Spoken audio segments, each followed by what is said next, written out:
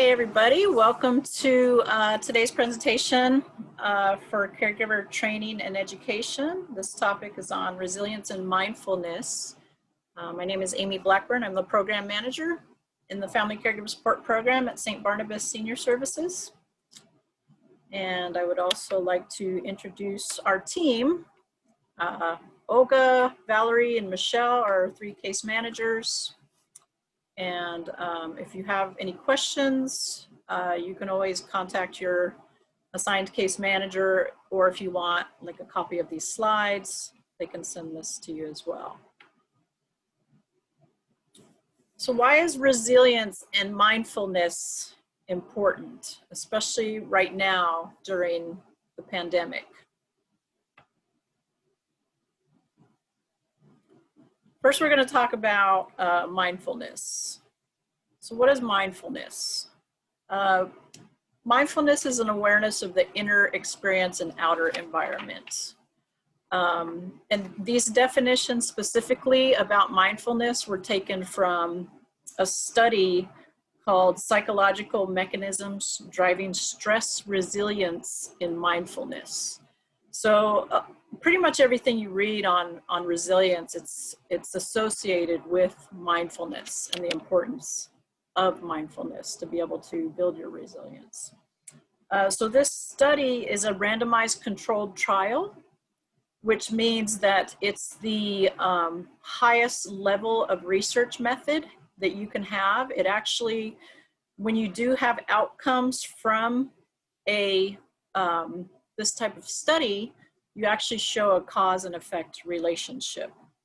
So what this study found with the people who participated in this research, they actually had the outcomes that were expected in this study.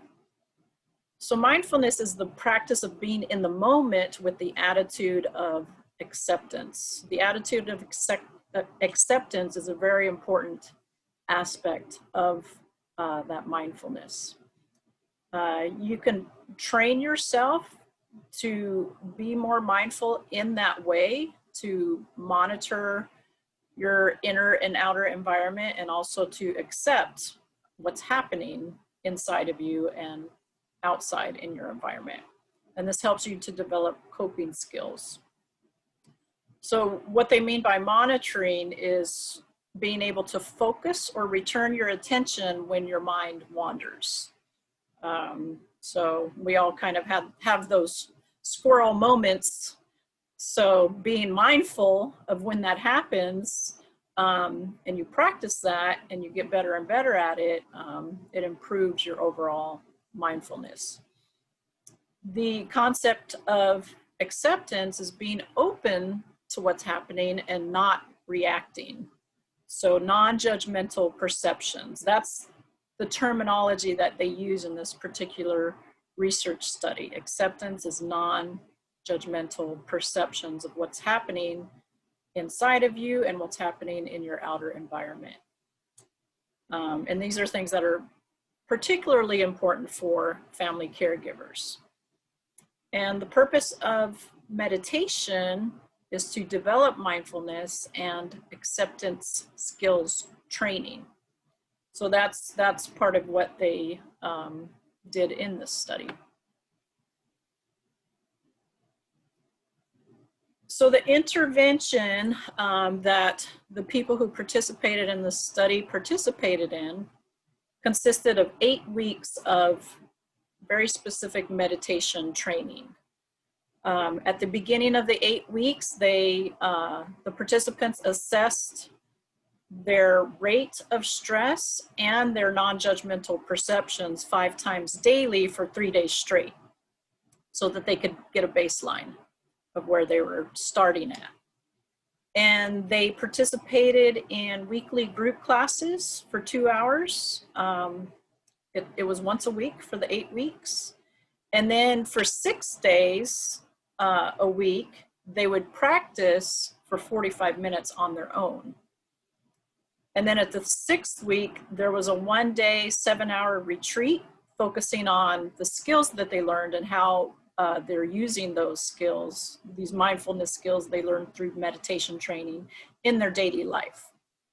And then at the end of this intervention for the study, they did the same thing with assessing their stress levels and their non-judgmental perceptions 5 times daily for 3 days.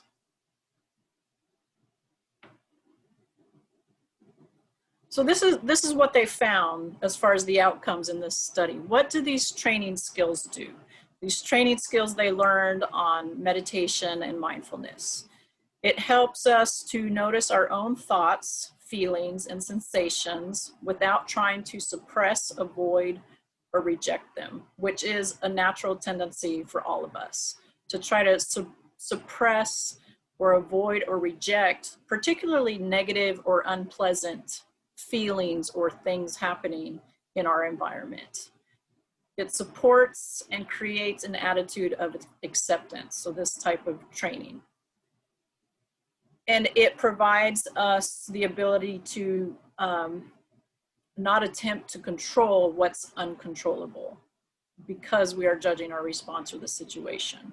We try to control those things, but we don't necessarily need to. So that's what these people learned in this intervention. So it makes people become less reactive and more purposeful and more adaptive in situations they experience. So this could be something that's very important for family caregivers and what they're experiencing, particularly people, if they're caring for people with dementia, where that is a huge uncontrollable situation. It's probably the most pertinent in these types of situations. So breaking it down, what is the purpose of mindfulness? So that you have an accepting attitude toward the present moment, and you stay in the present moment with that accepting attitude, so that it helps you have a positive outlook, reduce judgment about your experiences and your feelings, reduce stress, reduce depression, reduce anxiety, and all of these things in turn help to build resilience. So next we're going to talk about resilience. So this particular study, the next few slides, is based on a study that was done called Resilience in Caregivers, and it was a systematic review. So a systematic review is also an excellent research method in looking at the outcomes over time. So in a systematic review, they've looked at all of the research studies that have been done on caregivers and resilience, for example, for the last 10 years or so. I don't remember the specifics on this particular systematic review. I think it might have been the last 10 years. So how they defined resilience in looking at all of these studies, it's the ability to overcome adversity, recover, and become stronger despite difficult circumstances or being exposed to threats. And threats can be interpreted in different ways by different people. Resilience is a protective factor that's developed over time. So it takes time to build resilience. And resilience is a positive tool for behavior change if you want to make some good changes in your life, some healthy changes. And some of the other protective factors and characteristics that people, particularly caregivers, have that promote resilience are their temperament. So if they have kind of a calm temperament, intelligence, cognitive abilities. So if they don't have any additional things like dementia or mild cognitive impairment, things like that. The ability to plan, and they live in an environment where they're comfortable and they're happy and they feel safe. Also, the quality of their childhood relationships, as well as the family support they're receiving as an adult, can help to promote resilience for family caregivers. And then their own self-reflection their own ability to control situations, their own confidence and determination will also help to promote resilience.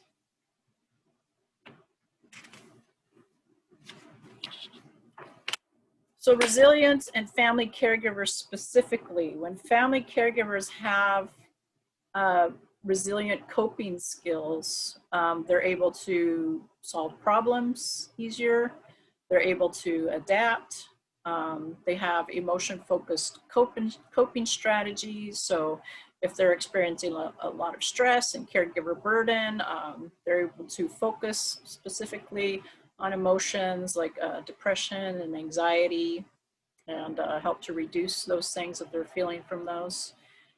And resilient family caregivers also seek out support. So any of our caregivers who participate in this program, they have some level of resilience already, which is good. It's a good sign that they are seeking out that support. And they have a certain level of self-control. That might be, you know, mainly emotional things and how they respond to, say, the person that they're caring for, particularly if somebody has Alzheimer's or dementia. So each one of these things influences the confidence that a caregiver has, and then therefore the quality of care that they're going to provide their loved one. Resilience in family caregivers continued. So the risks related to the demands of caregiving are emotional and physical. So caregivers typically have increased stress, impaired physical abilities.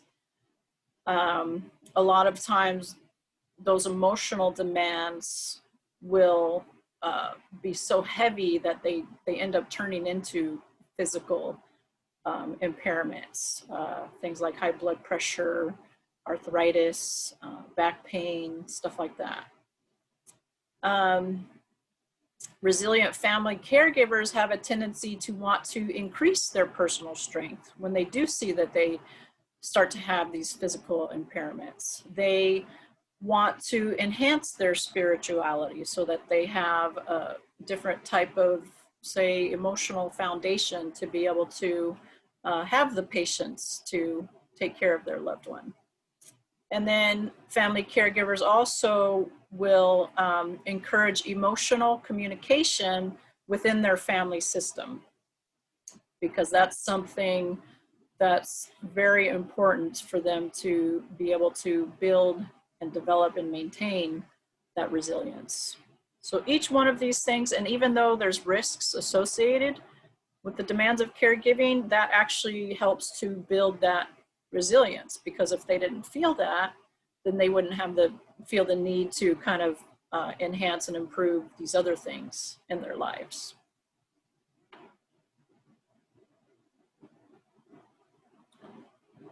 So what they found in these research studies in the systematic review is that resilience kind of acts as a mediator between coping and adaptation.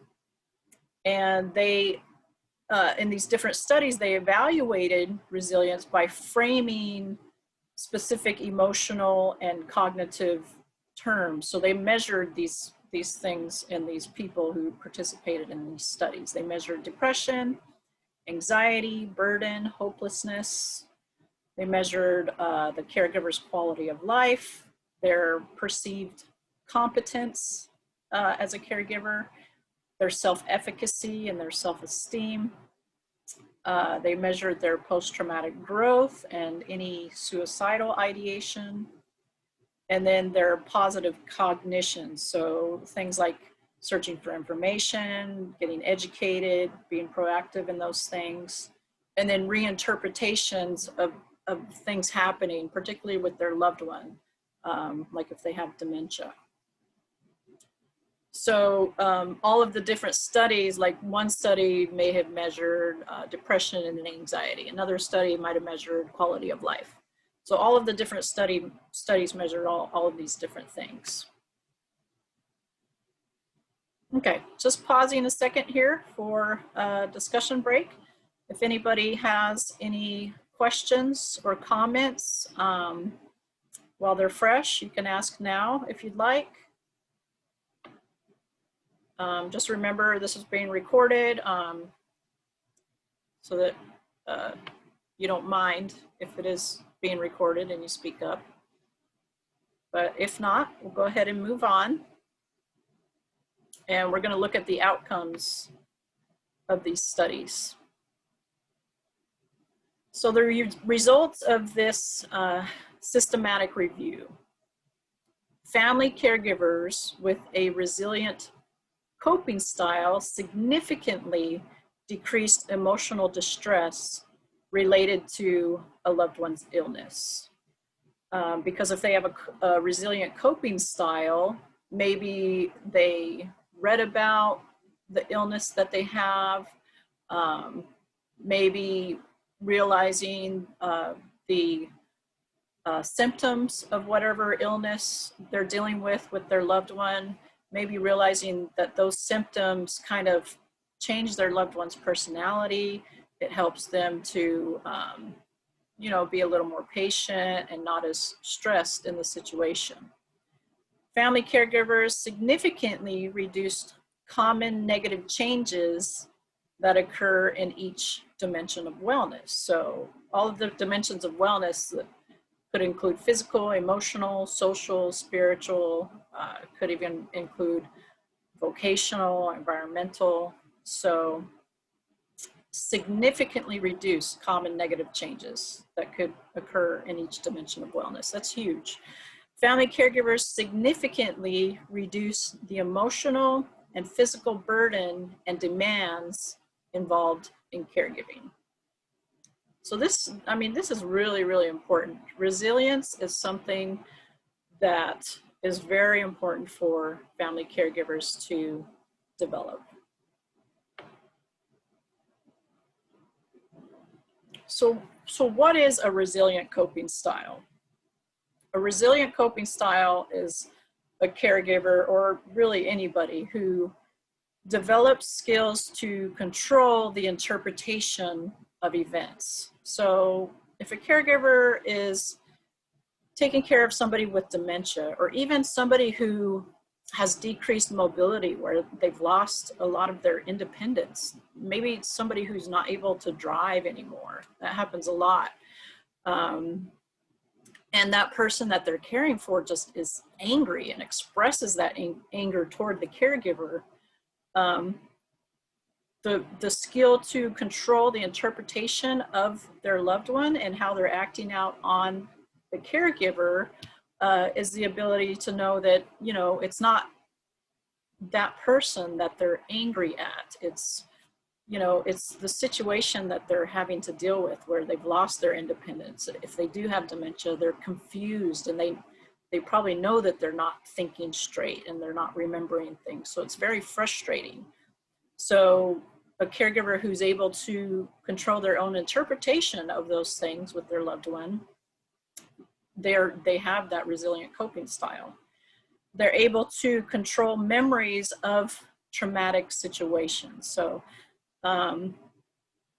something that could be pretty traumatic for a family caregiver is, and I've heard this a lot from caregivers, is that it's hard to see their loved one become so dependent, when maybe that person was a very independent person in their life, had a great business, was the one that was in charge, was the one that cooked everything and cleaned, and seeing them in this new state where they're completely dependent and relying on others for those daily activities, it can be very, very traumatic for everybody involved in the family. A resilient coping style allows caregivers to regulate their emotions related to that trauma. So if they are feeling stress or depression or anxiety, they're better able to regulate emotions that might come along with those things.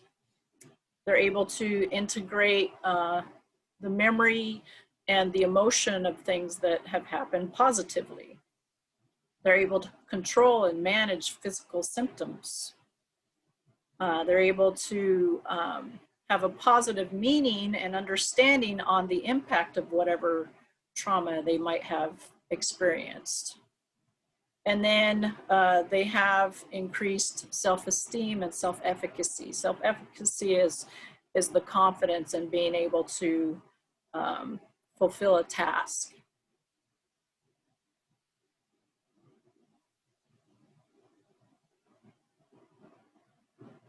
So what does resilience do for you? It reduces anxiety, depression, and the perception of pain.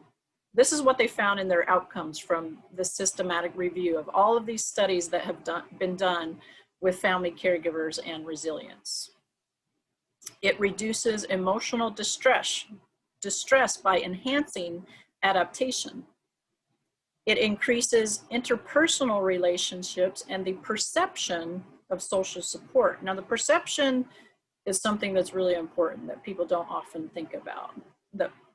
Maybe some of the family caregivers who participate in this program don't participate in all of the things directly, but the fact that everybody has an assigned case manager, they have the options of going to support groups and participating in these educational events. Just that perception of support is beneficial also. Resilience allows people to reevaluate things with active problem solving, so that cognitive reevaluation. It helps caregivers to recognize the positive aspects of being a caregiver. It helps with perceived confidence, personal growth, optimism, and also allows caregivers to accept situations and for them to kind of develop planning strategies within their caregiver situation or in their life. So let's look at something specific, that social support that I just mentioned. Something that we sometimes talk to our family caregivers about is their own social support network. And this is a tool that we can use. We can help you develop this map, write everything out, or we can send you this guide and you can do it on your own. But this is a specific task that you can look at your caregiver ecosystem, basically. So this relates to the adaptation and meaning-centered strategies as a caregiver. So looking at something like this and drawing out your care map, you're able to enhance your personal relations and family social supports by seeing who your supports are. And this can be found at Atlas of Caregiving. It's called a care map. So it's a diagram of your relationships, your connections, and your interactions in your life. And it allows you to be able to plan for potential problems, manage the people involved, and identify the missing people or services. And it also allows for better communication so that you can see everything that's in place. So I'm just going to quickly go over the process for designing a map like this. So you write your name, who lives with you, and then you also include your pets or your animals, and then you write who cares for or supports you. So these could be people who directly care for you, including emotional support, people on, like if you have a Facebook group, or those who help in ways that allow you time for your caregiving responsibilities. So just, you would write in here, list everybody who cares for or supports you. And then we get down to A on the left here, who do you care for? If this person does not live with you, who else is in their household? And then who else cares for this person that you care for, if anybody? So you can list 1 or 2 people if you care for somebody else. And then the next page is just basically listing more people. So then this is just a quick explanation on how to draw it.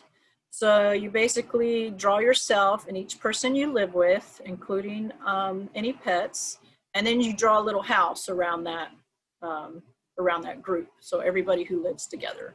And then you label each person and the location where you live, like the city.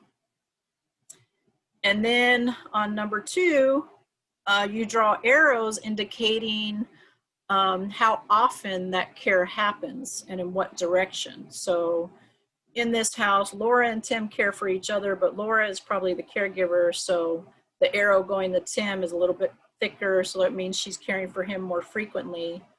And then Tim's caring for her daily. It might be more in the emotional aspect. And then Laura also takes care of the puppy. And then we have Nicole also pointing to the puppy, which is daily. So maybe this is the dog walker or something.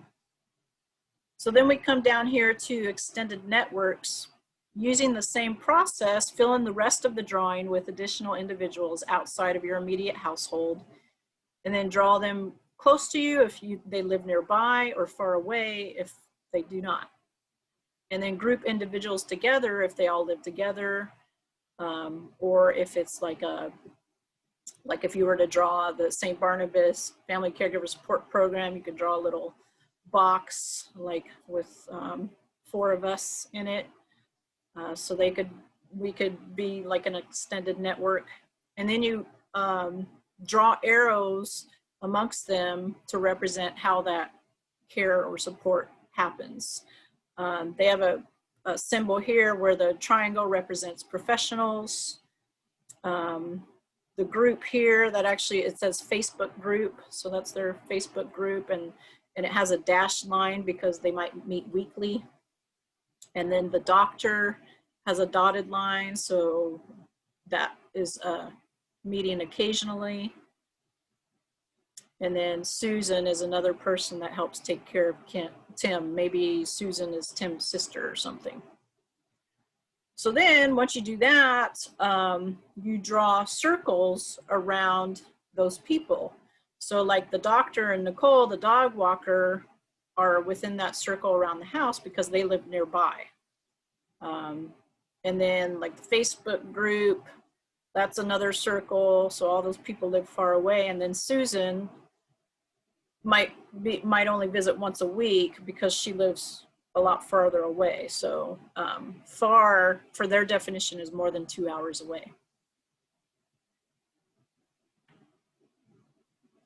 So this is kind of what you end up with once you draw everything out. When you look at the whole thing like this, it's kind of confusing, but when you go through the steps and draw it out, it's a little easier to comprehend and understand.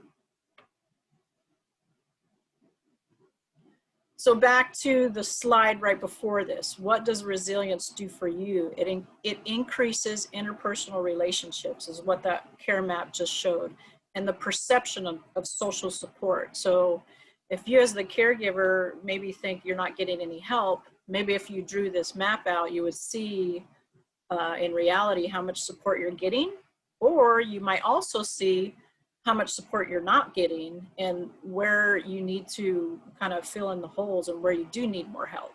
Either way, doing an activity like this can be something that can build and develop your resilience, because it'll be something specific that will help you as far as your social support perception and reality.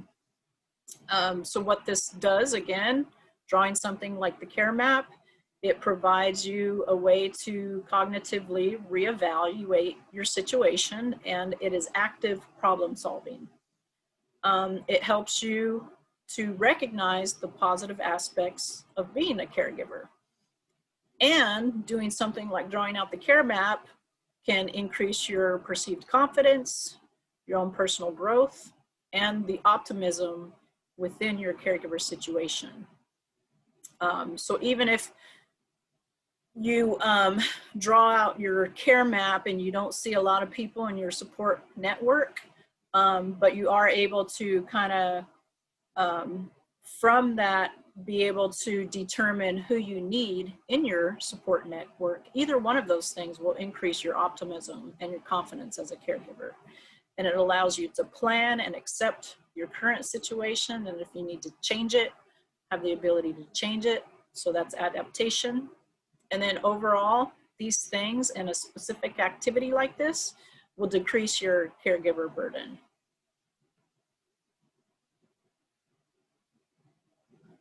And this is our goal. This is, well, this is not the goal, but this is typically what happens, where the caregiver puts all of their time and energy into the person they're caring for.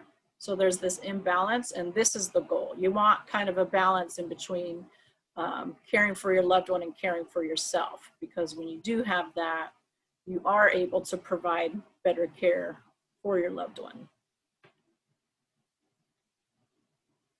So in summary, resilience, it's the ability to recover from the ups and downs in life and have renewed hope and be more positive amidst difficulties.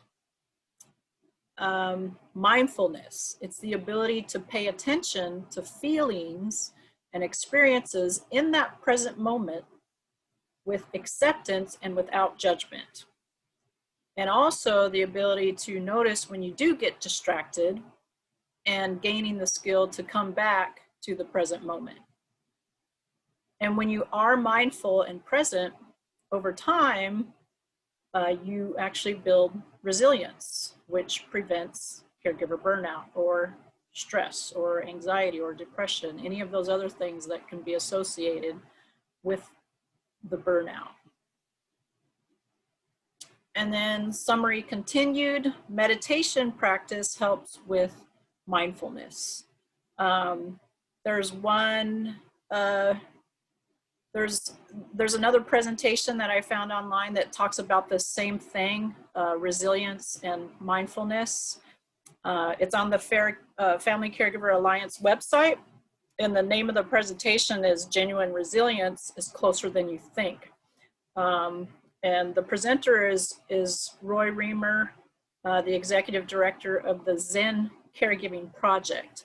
So the Zen Caregiving Project, they actually focus on caregivers being able to improve their meditation practice. So these are the links to the presentation and also the link to the website. I'm not sure if there's a cost or not, but if there is, we also have resources that we've found that are free apps that you can put on your phone or things that you can go to online where you can start to practice meditation and enhancing that mindfulness. Even if you did it for 5, 10 minutes, 15 minutes a day, I've actually found during the pandemic, I've never done meditation in my life, but I started doing it a little bit, like 5, 10 minutes a day, and then realized how much I needed it. I didn't even realize how much, because being isolated at home, you really get inside of yourself, and you start to feel things that you didn't experience before. So that meditation and mindfulness practice and training, you're able to see where you're at, your inner experiences and feelings without judgment. So you gain that awareness, and then by gaining that awareness, you're able to have more of an accepting attitude on your situation. So you kind of gain a more accepting attitude, like, okay, this is the situation, we all have to stay home, we're isolated right now, our situation has completely changed. So it actually is very helpful. So now I've found things that are free online. On YouTube, there's a lot of free meditations where sometimes I'm doing it for an hour now. Like I'll do it like right before bed or first thing when I wake up in the morning, but it is very helpful, especially right now. All right. So that's the end. Does anybody have any questions or comments, or even your own experiences with meditation or mindfulness training, or your own idea of what resilience is and how it's helped you in your caregiver situation? I just started, like you, doing some meditation. I actually had done it once, like years ago, and I had a bad experience with it. So I was just like, no, like just, for meditation. I was like, oh, no. Like I can't. Yeah. But I found an app, and it's, I do it before bed, 10, 15 minutes, sometimes throughout the day. Mm-hmm. Like really stressed, I just take like 5 minutes, because sometimes it just, that's all it takes, like 5 minutes. Yep. Found it's really helped. It's even helping me like sleep better at night, and just kind of controlling, like you said, like you mentioned, like your emotions and your environment, Mm-hmm. can't control, but then there's other things that you can. So I Right. found. Good. Yeah, I mean, I was the same way about meditation. Like, I always thought it was kind of weird, and people would say, "Oh, do you meditate? You should meditate." And you only do it if you need it, So before, when I would try to meditate, I'd be sitting there and I'd fall asleep. And they do say that if things like that happen, then you need to sleep. So your body is basically, when you do things like meditation and trying to practice it, your body will tell you what you need. So even if, say, a lot of family caregivers are deprived in sleep, so maybe if they did try the meditation, they start getting tired and decide they need to take a nap. And if that's what comes up in this process for meditation, then that's what they need. So it is interesting how trying to improve that mindfulness aspect, it's very helpful with the overall health. I've been meditating for probably 30 years, no, 20 years, as part of a yoga practice.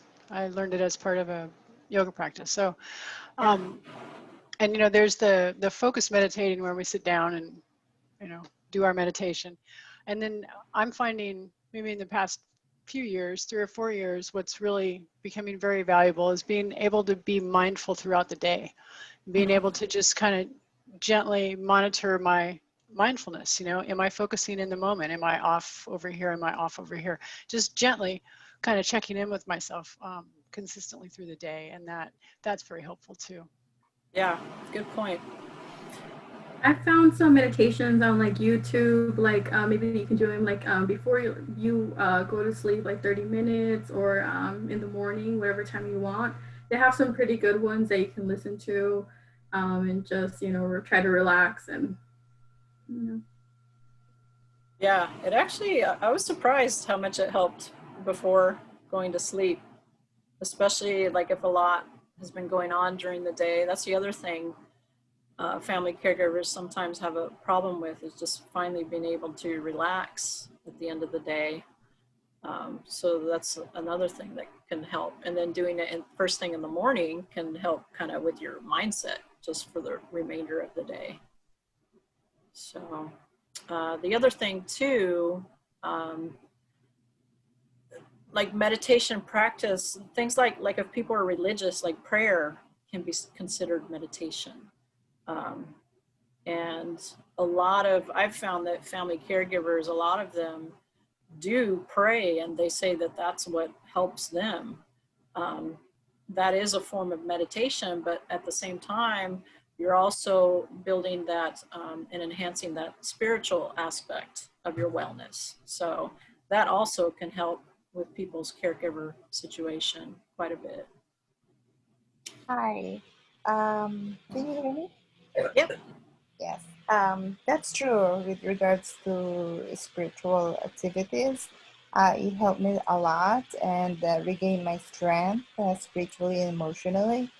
And well, this is not my first time to take care of a loved one. And I saw myself on the first experience I had from the things that you discussed today. And you know, feeling like you are trapped into the situation, and you feel like you're not thinking of what you need anymore. You think of what you can do for your loved one with regards to meeting their needs and stuff like that. So, with that experience from my late husband, so I'm kind of like not thinking too much of the situation, but and not being judgmental anymore, you know. So I was able to, that helps me a lot by not putting it into my emotion anymore. Just see as what it is as for today, and you know, and then another day for tomorrow, you know. But I never. So as what you said a while ago, you said that spiritual prayer and listening for preaching and stuff like that. That kind of meditation I already tried, and it helped me a lot. And the meditation that um, I think it was Michelle who mentioned with regards to yoga, I never tried that stuff, you know. So I just want to share that. Yeah, thank you for sharing. That's great.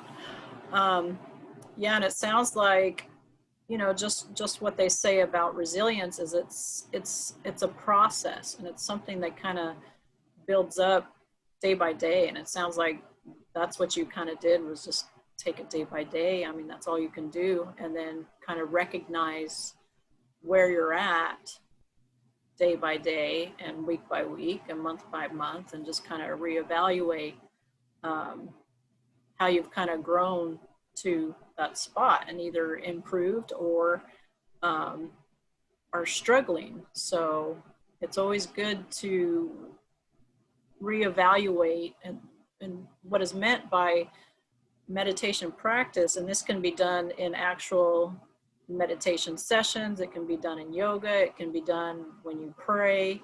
That's basically what you're doing. You're kind of going through the current situation you're in and becoming highly aware of what's happening in your life and how you're feeling. And you do kind of reassess and reevaluate every time you do that.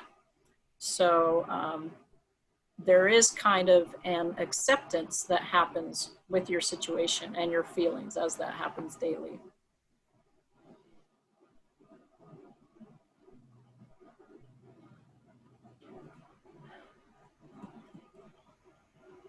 Any other questions or comments? Olga, you had something you wanted to email out to everybody, right? Was it like a meditation app or something? Yes, Okay. it's an app. It does have some free sessions that you can access. Okay. If you do want to purchase it, I know if you have Kaiser pays for it. Oh, okay. That's good to know. Yeah. Okay. There's another one that I found, another app that's has some exercise activities as well, and that one's free. That one's, you can access the whole program free. Okay. Yoga, stretches, and just little things like that. Good. Yeah, plus the city of LA has those classes online. Did any of you watch those videos on YouTube on their channel? The City of LA Recreation Department? I took down the link so I could go down, so I can go in it and take a look at it. Yeah, I thought of a lot of our caregiver clients, and I watched the whole videos myself because I have had experience teaching exercise.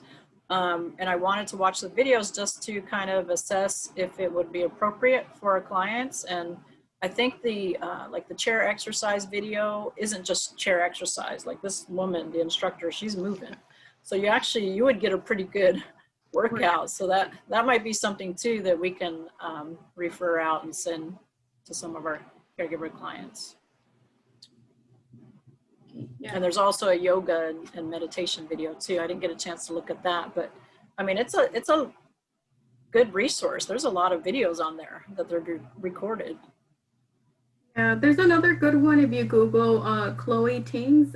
She does different workout routines, and she makes like a list of like different workouts for each day, and she goes by the entire month. So if you want to work out at home without any weights or equipment, you can follow her program, and it's free. So yeah, so if you want to Google that one, Chloe Tings, you can get some free workouts in. Yeah, can you email that, Valerie? So Yep, I can we look have the for it. link. It's a website, and it goes by the entire month, and they have like different things that they focus on. Like one month they may focus on abs, the other month they may focus on legs. It just depends. Okay, good. Yeah, for me personally, I mean, I've exercised and worked out my entire life. For me, that's meditative. People who love the outdoors and they go on hikes or they go on walks outdoors or they just go out to the mountains or the wilderness, people consider that meditative too. It's meditative when it allows your mind to kind of release the things you've been experiencing today. Like for me, during my workouts, I think about things like emotions and experiences and things, and so yeah, it can be kind of a broad definition on what is meditation to people. The things that I reviewed in this presentation were strictly based on these studies that they did, the random controlled trial and the systematic review and what they did for their interventions. But yeah, there are definitely different aspects of meditation. The important thing, and part of that mindfulness, is being aware of and knowing what would be beneficial for you and being able to improve on your mindfulness. So.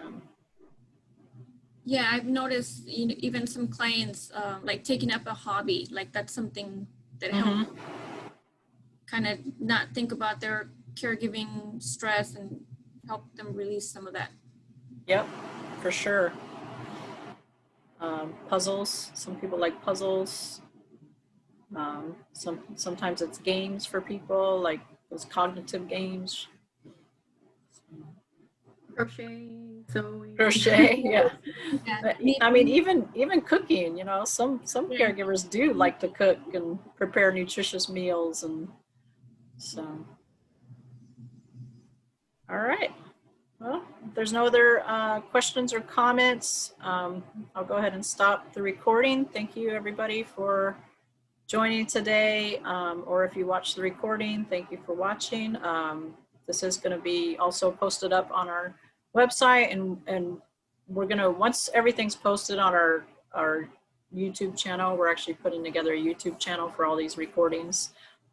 You will have access to them later on, and we're going to be like sending out the links to them just to show everybody what we've talked about in the past. So thank you. I'm going to go ahead and stop it.